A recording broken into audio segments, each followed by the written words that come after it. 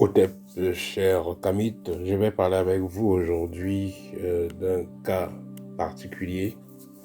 Il s'agit ici des maris de nuit. Alors, il s'agit d'un jeune homme qui a rencontré une femme il y a de cela quelques mois et tout allait bien. Ils passaient du temps ensemble. La femme venait chez lui pour passer des week-ends, quelques jours.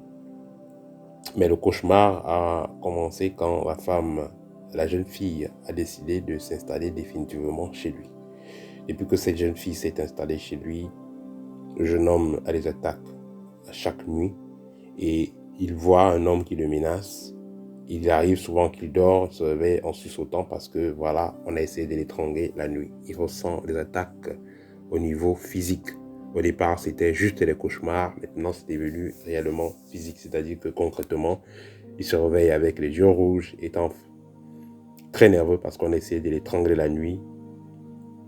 Et le jeune homme a décidé de faire partir sa copine, disons sa fiancée. Il a décidé de la faire rentrer chez ses parents pour pouvoir remettre de l'ordre dans ses idées. Alors, il faut comprendre que les maris de nuit, il y en a plusieurs.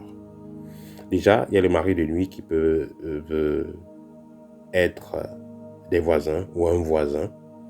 Voilà, le voisin, il a vraiment envie d'une femme, d'une voisine, et puisque il n'a pas donc réellement accès physiquement, il peut donc décider de venir coucher avec elle mystiquement. Le deuxième cas de couche de nuit, généralement ce sont des parents. Donc certains parents. Il y a les jeunes hommes qui ont des couches de nuit dont l'origine c'est leur maman.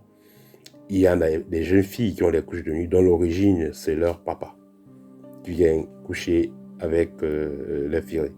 Il faut comprendre que ces personnes-là qui sont dans les loges séphétiques, à un moment donné dans leur avancée, on les demande de coucher avec les enfants. La plupart couchent avec les enfants physiquement, mais ceux qui sont assez initiés dans cette pratique séphétique-là peuvent donc, au lieu de le faire physiquement avec le corps physique, ils vont plutôt le faire énergétiquement avec le corps énergétique, donc on va dire mystiquement. Il y a le cas de couches de nuit qui sont faits, ces cas-là sont faits par, on va dire, si c'est un mari ou un amant qui est à distance.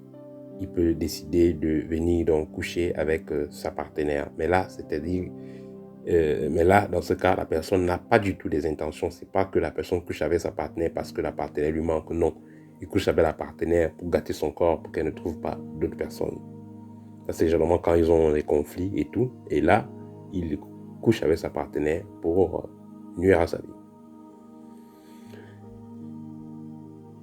L'autre cas, ici, ça va encore être un membre de la famille, mais pas forcément le parent. Ici, ça peut être le parent qui se fait coucher par son enfant de façon mystique, c'est-à-dire un enfant est entré dans une loge maléfique et va aller coucher avec sa maman.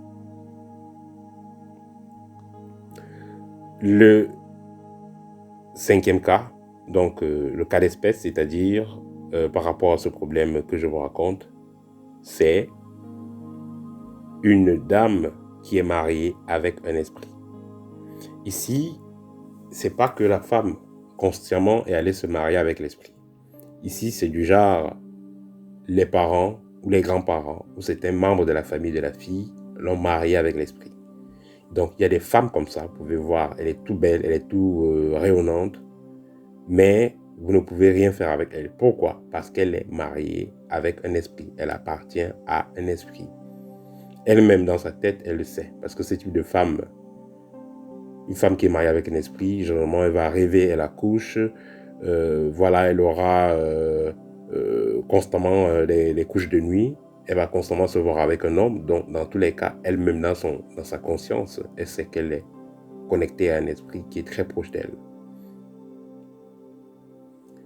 Quand vous vous engagez donc à entretenir une relation avec ce type de femme, vous pouvez vous voir de temps en temps. Il n'y aura pas de problème.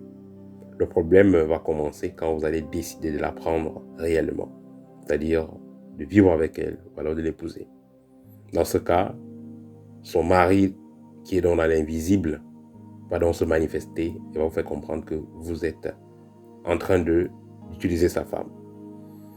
À la base, vous aurez d'abord des petits blocages, mais si vous ne comprenez pas de quoi il est question, ça va s'amplifier et vous aurez donc des attaques sérieuses et ça peut aller même jusqu'à la mort. Donc vous devez faire très attention quand vous décidez de vous engager avec une femme. Vous savez, la femme doit apporter le rayonnement dans votre vie, doit apporter la lumière. Tout comme vous apportez la lumière à une femme, elle doit le faire pareil, elle doit vous apporter la lumière par son énergie positive. Si une femme est donc mariée déjà à un esprit, c'est comme si vous achetez, vous partez prendre la chèvre, vous achetez la chèvre, mais la chèvre reste attachée à un poteau. Ça veut dire que vous n'avez rien pris. Or, pour pouvoir réellement se réaliser, pour pouvoir réellement suivre sa mission de vie, il est important d'avoir une femme qui soit libre sur tous les plans. Alors, qu'est-ce qu'on va retenir sur l'expérience de ce jeune homme qui fréquentait une jeune dame et tout a chamboulé quand elle a décidé de se mettre avec elle? Ce qu'on va retenir dans l'histoire, c'est que prenez du temps, étudiez correctement votre partenaire avant de vivre avec votre partenaire. Parce que si vous ne le faites pas, vous pouvez regretter par la suite. Si vous vivez un cas pareil, qu'est-ce que vous pouvez faire? Vous êtes une jeune dame et vous sentez qu'on vous a marié à l'esprit. Il est clair que vous pouvez, suivant une voie initiatique, vous pouvez vous reconnecter au rituel qui a été fait. Voilà, vous pouvez vous reconnecter au rituel qui a été fait en ce qui vous concerne. Vous pouvez vous reconnecter sur ces événements-là et annuler cela. Vous avez la capacité d'annuler tout pacte, toute alliance qui a été faite à votre nom. Vous avez cette capacité-là. Mais notez que si le rituel se fait efficacement, ceux qui ont fait ce rituel auront à payer le choc en retour. Parfois, certains parents vont aller marier les enfants à des esprits parce qu'ils veulent des avantages. Les parents veulent par exemple une certaine protection dans la lignée, ils veulent par exemple une certaine réussite financière dans la famille et ils vont prendre les filles, l'une de leurs filles. Les enfants, les autres seront bien, ils vont prendre l'une de leurs filles, elle ne va jamais se marier, elle ne va jamais accoucher parce qu'elle est mariée déjà dans le plan spirituel à un esprit. Donc on va dire que c'est juste une femme qui a été sacrifiée. Cependant, comme on dit quelque part, tant qu'il y a la vie à espoir, tant que vous avez la possibilité de suivre une voie initiatique, vous pouvez vous reconnecter aux événements et annuler ce qui a été fait, afin de vivre une vie dans la mat et l'équilibre, une vie heureuse.